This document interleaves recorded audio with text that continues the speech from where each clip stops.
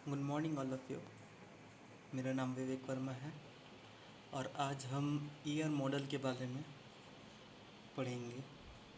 Last class में हमने database modelling के बारे में पढ़ा था, जिसमें हमने डिस्कस किया था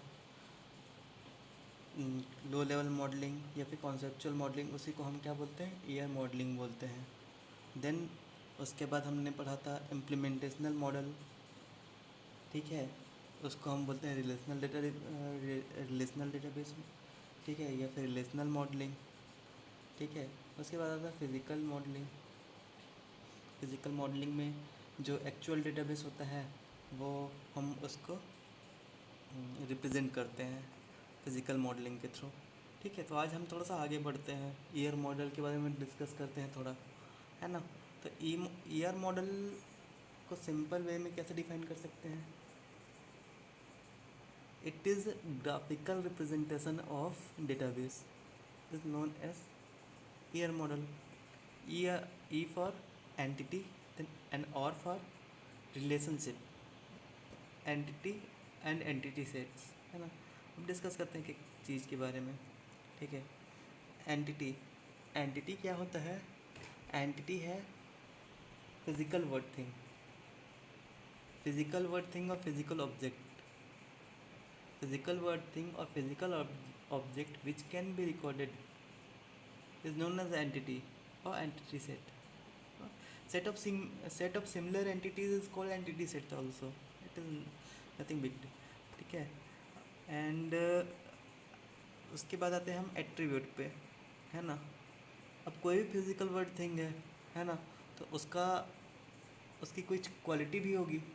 उसकी कुछ क्वालिटीज़ इन द सेंस कि जैसे हम स्टूडेंट का एट्रीब्यूट लेते हैं, हाँ, स्टूडेंट का एट्रीब्यूट क्या होगा?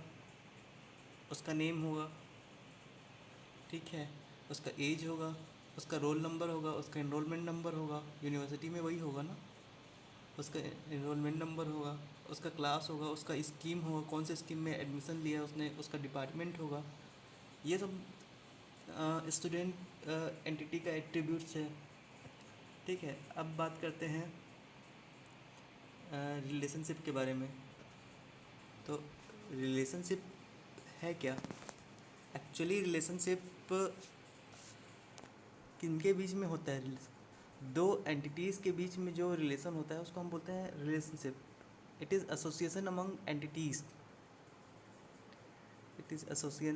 Association among entities. आगे दिखाता हूँ कैसे होता है, ठीक है। ठीक, यहाँ पर एक एंटिटी है ना, E1। सपोज़ उसको E1 एंटिटी का नाम यहाँ पर हम लेते हैं, या फिर हम उसकी जगह में ले लेते हैं स्टूडेंट ले लेते हैं, ठीक है। तो उसका एट्रीब्यूट क्या होगा? नेम होगा, ठीक है, एड्रेस होगा, एज होगा, फ़ोन नंबर होगा। वो सब क्या है? स्टूडेंट का एट्रीब्यूट या फिर फैकल्टी का एट्रीब्यूट।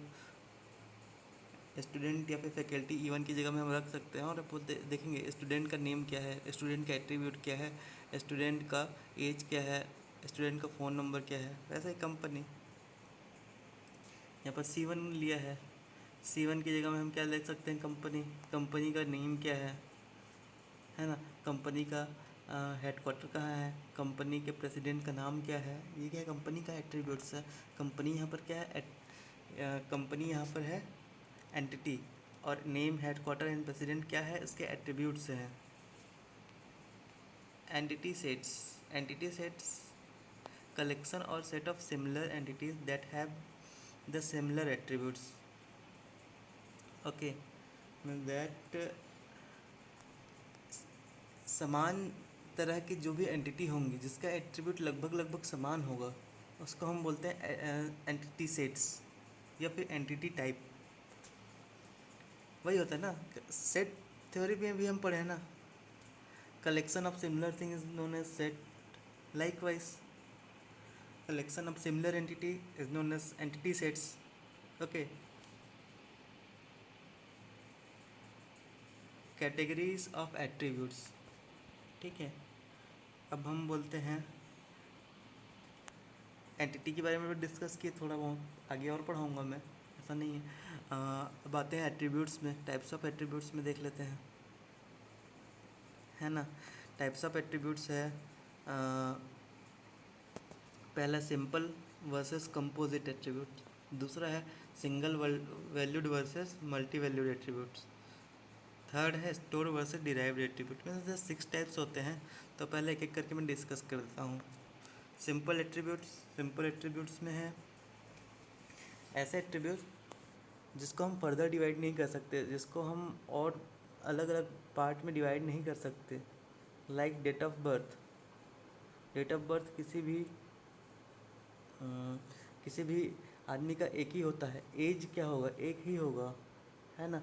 ब्लड ग्रुप क्या होगा एक ही होगा, ब्लड ग्रुप को और थोड़ी ना डिवाइड कर सकते हैं, ठीक है।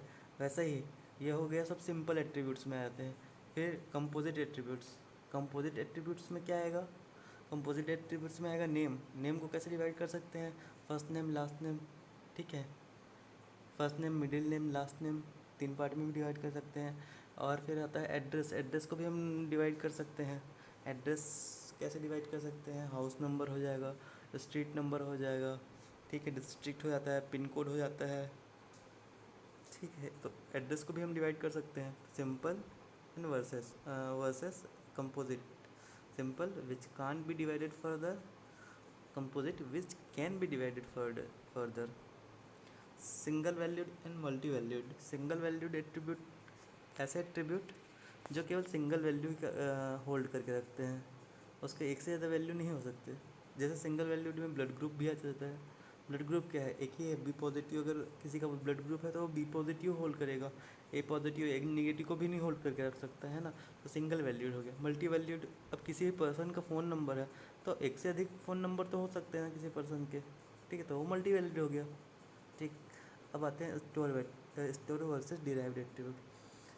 Derived attribute can be derived from stored attribute, mean that एक स्टोर एट्रीब्यूट्स अगर मैं डेट ऑफ बर्थ लेता हूँ और डिराइव्ड एट्रीब्यूट को हम एज लेते हैं। अगर ईयर क्या है, बर्थ ईयर है मेरा 2000, तो डिराइव्ड एट्रीब्यूट एज मेरा कितना होगा, 20 ईयर होगा। यही होता है categories of attribute. Okay, thank you.